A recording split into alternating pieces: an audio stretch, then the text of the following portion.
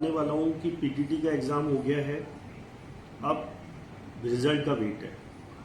Result आने के बाद जो पीटीटी में बच्चे हैं वो काउंसलिंग में पार्टिसिपेट करेंगे और उनको अपने 2 सब्जेक्ट सेलेक्ट करने होंगे।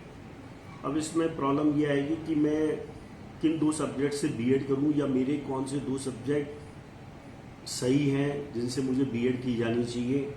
इसके बारे में जनरली बच्चों को पता नहीं होता। मैं आपको थोड़ी गाइडलाइन दे देता हूँ कि पीटीटी के रिजल्ट के बाद जो आपको बीएड करनी होगी वो 2 टीचिंग सब्जेक्ट आपके डिसाइड होंगे।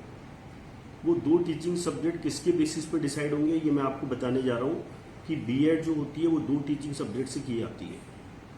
ये रेगुलर बीएड जो है आप 2 टीचिंग सब्जेक्ट से करेंगे। इसके बाद एक अलग बीएड भी होती है, बीएड एडिशनल, जो आप एक टीचिंग सब्जेक्ट से फिर आप एडमिशन ले सकते हो, वो भी की जा सकती है। पर पहले मैं वो बीएड जो 2 टीचिंग सब्जेक्ट से की जाती है उसके बारे में आपको नॉलेज दे रहा हूँ। बीएड पहले मैं वही बताता हूँ कि बीएड वही कर सकता है जिसके 2 टीचिंग सब्जेक्ट बनते हो। जैसे कौन बीएड नहीं कर सकता?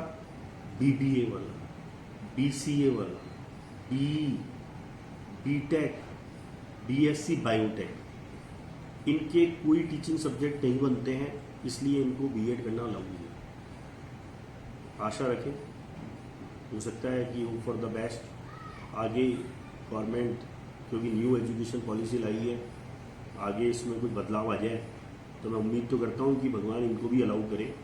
BA, BCom, BSc, even MA, MSc जो 2 साल की है, इसमें बच्चे ने तीन वर्षों में 2 वर्ष तक उसने जो टीचिंग सब्जेक्ट पढ़ा है तो वो टीचिंग सब्जेक्ट उसको डिसाइड होगा।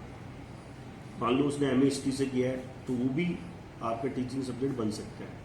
एमएससी फिजिक्स से किया है तो वो भी आपका टीचिंग सब्जेक्ट बन सकता है। तो आपने 3 वर्षों में 2 वर्ष में उसका अध्ययन किया हो, वो टीचिंग सब्जेक्ट आपका डिसाइड होगा। कई बार क्या होता है, आपने जैसे बीए किया या बीएससी किया तो कुछ सब्जेक्ट्स आपके एक ही साल अध्ययन किए जाते हैं। जैसे आपने हिंदी ली, आपने इंग्लिश लिया, कोई कंपलसरी सब्जेक्ट है, मैथ्स आ गया, तो वो आपका हिस्ट्री भी आता है, तो वो सब्जेक्ट आपका टीचिंग सब्जेक्ट नहीं बन सकता। जो 1 साल पढ़ के निकल गया वो आपका टीचिंग सब्जेक्ट डिसाइड नहीं होगा। सबसे पहले मैं कॉमर्स में आता हूँ। कॉमर्स का एकदम बिल्कुल फिक्स सब्जेक्ट है। जितने भी बच्चों ने कॉमर्स से बीकॉम किया है उनकी केवल 2 ही टीचिंग सब्जेक्ट बनते हैं, BK and CP, book keeping and commerce practice के अलावा उनका कोई सब्जेक्ट नहीं बनता। इवन कॉमर्स का रिलेशन इकोनॉमिक्स से है, पर कॉमर्स वाले बच्चों को इकोनॉमिक्स अलॉट नहीं की जाती है। इस चीज़ का विशेष तौर पर ध्यान रखें।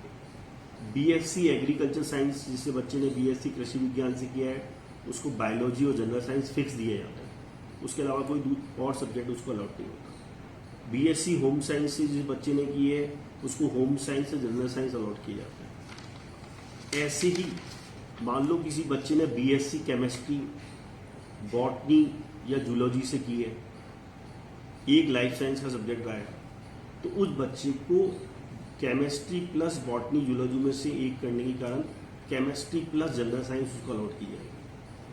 अगर किसी बच्चे ने बीएससी केमिस्ट्री, फिजिक्स, मैथ्स से किया है तो उसके ऑप्शन ज़्यादा खुले हुए हैं। वो केमिस्ट्री फिजिक्स भी ले सकता है, केमिस्ट्री मैथ्स भी ले सकता है, फिजिक्स मैथ्स भी ले सकता है।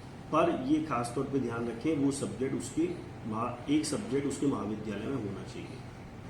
अगर मान लो किसी बच्चे के बीए, एमए में पॉल साइंस सब्जेक्ट रहा है या पब्लिक एडमिनिस्ट्रेशन रहा है, तो पॉल साइंस और पब्लिक एड उसको दिया नहीं जाता, क्योंकि पॉल साइंस पब्लिक एड में बीएड में उसका नाम सिविक्स होता है, तो उसको सिविक्स अलॉट किया जाता है। मान लो किसी बच्चे ने बीए, एमए में pol science, public ad, geography, history, economics, psychology, sociology, philosophy, ये सब्जेक्ट अगर रहे हैं तो इन सबको मिलाकर एक एसएसटी सब्जेक्ट अलॉट किया जाता है, क्योंकि SST is the mother of all subjects.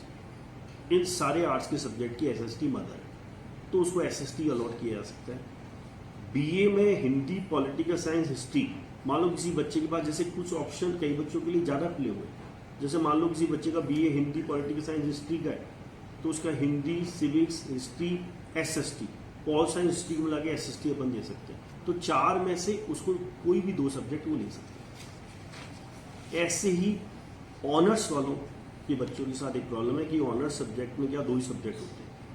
मान लो जैसे बच्चे ने इंग्लिश हिस्ट्री लिया तो उसके फिक्स सब्जेक्ट हो गए इंग्लिश, उसके पास कोई ऑप्शन नहीं है, कोई 2 सब्जेक्ट ही लेगा। एक चीज़ और इम्पॉर्टेंट जो ध्यान देने वाली बात है कि एक सब्जेक्ट के आधार पर भी कॉलेज में प्रवेश दिया जा सकता है। मान लो आपके 2 सब्जेक्ट मैथ्स एंड केमिस्ट्री बनता है और आप मैथ्स एंड केमिस्ट्री चाहते हैं, पर कॉलेज में केमिस्ट्री है, तो उस बच्चे को मैथ्स भी वो ले सकता है, पर उसका मैथ्स का अध्ययन खुद ही अपने लेवल पे अध्ययन करना होगा। पर इसमें खास तौर पे कई बच्चे कहते हैं कि मैं कैसे अध्ययन करूंगा। भाई हमारे यहाँ मैथ्स में क्या होता है, वो कैलकुलेशन, वो चीज़ें नहीं है। मैथ्स में आपका ये है कि आप स्कूल में जाके कैसे बच्चों को पढ़ाओगे, उसकी टेक्निक, स्किल, वो सब बीएड में आती है। तो वो चीज़ें आप उसमें कहीं कोई दिक्कत नहीं आती। अगर बच्चा सेल्फ स्टडी करता है तो वहाँ बीएड में इतना कोई टिपिकल काम नहीं है। आपने बीएससी के साथ एक सब्जेक्ट में एमए किया है तो आपका संकाय चेंज नहीं होगा, आपकी फैकल्टी चेंज नहीं होगी, आपको बीएससी के ही सब्जेक्ट अलॉट किए जाएंगे, चाहे आपने एमए में वो सब्जेक्ट 2 साल तक पढ़ा हो।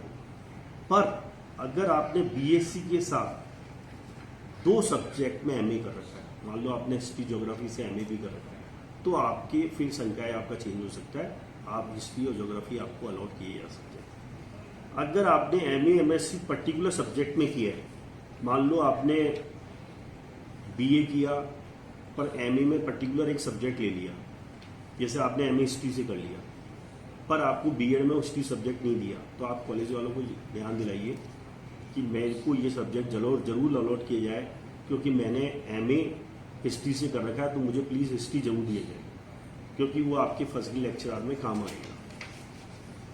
ऐसे हिंदी इंग्लिश संस्कृत से जिसने बीए एमए किया है, तो प्लीज़ मैं कहूँगा कि वो एक लैंग्वेज सब्जेक्ट जरूर रखें, क्योंकि लैंग्वेज का इंपॉर्टेंस है आगे जॉब में, तो एक आप लैंग्वेज वाला सब्जेक्ट जरूर रखें। Thank you very much. Definitely आपको मेरा वीडियो पसंद आया होगा। प्लीज़ लाइक करिए, शेयर करिए, सब्सक्राइब करिए और आगे आने वाले मेरे वीडियो का वेट करिए, जिसमें मैं नई नई जानकारी आपको देता रहूँगा। इसी शुभकामनाओं के साथ